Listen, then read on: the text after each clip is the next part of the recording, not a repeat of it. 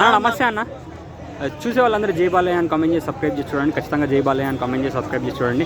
అన్న డాకు మహారాజ్ మూవీ ఎలా అనిపించింది అన్న? డాకు మహారాజ్ గారితో ఆయన బిర్యానీ పెట్టేసినారు బాలకృష్ణ గారు. నిజంగా రియల్ గా చెప్పాలంటే ఎవరేమన్నా అనుకోండి, బాలకృష్ణ గారు అండ్ బాబీ గారు అండ్ బాబీ డేల్ గారు 3 బీబీ కలిసి ఒక బ్లాక్ బస్టర్ హిట్ ఇచ్చారు. అండ్ మన తమన్ గారు కూడా, తమన్ గారు సెకండ్ హీరో భయ్య. బాలకృష్ణ గారు ఆన్ స్క్రీన్ హీరో అయితే ఆఫ్ స్క్రీన్ హీరో తమన్ గారు.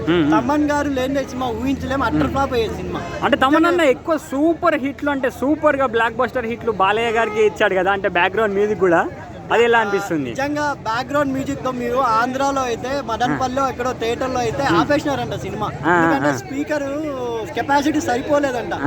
మళ్ళీ తెచ్చి కొత్త స్పీకర్స్ పెట్టారంటే నిజంగా తమన్ గారు చెప్పారు కదా, స్పీకర్లు పగిలిపోయినా కాలిపోయినా నాకు సంబంధం లేదు, బాలకృష్ణ గారు అంటే అంతే వస్తుంది మ్యూజిక్ అన్నారు. నిజంగా ఆయన బ్యాక్గ్రౌండే ఈ సినిమా హీరో అండి.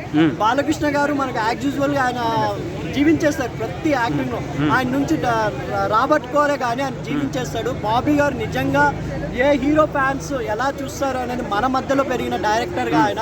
చిరంజీవి గారికి బ్లాక్ బస్టర్ ఇచ్చారు, దీంతో మన బాలకృష్ణ గారికి కూడా ఒక మెమొరబుల్ హిట్.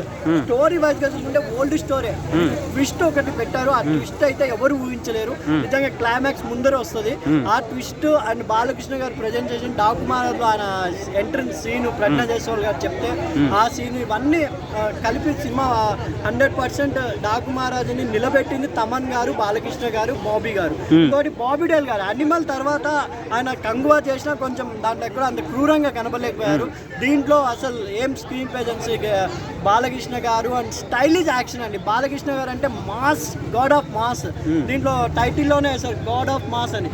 అలా ఈ సినిమాలో క్లాస్ ప్రెజెన్స్ కూడా ఇచ్చారు. బాబుడేలతో ఆయన కూర్చొని రాయలసీమ వాళ్ళకే మాలుమే క్యా ఓ మేర అడ్డాయ్ అంటారు కదా. నిజంగా బాలకృష్ణ గారు డాకు మహారాజ్తో బిర్యానీ తినిపించేశారండి. డబ్ల్యూడబ్ల్యూ సాంగ్లో అయితే సాంగ్ ఎంత విమర్శలు పాలైందో మీకు థియేటర్లో చూస్తే గంతులు వేస్తారు ఎగిరి. నిజంగా బాలయ్య గారు ఇప్పుడు ఉన్న రిలీజ్ అయిన సినిమాల్లో బాలయ్య గారు మంచి ట్రీట్ ఇచ్చినట్టు అనిపిస్తుంది. ఓవరాల్గా సినిమా హిట్టే అనుకుంటున్నారా?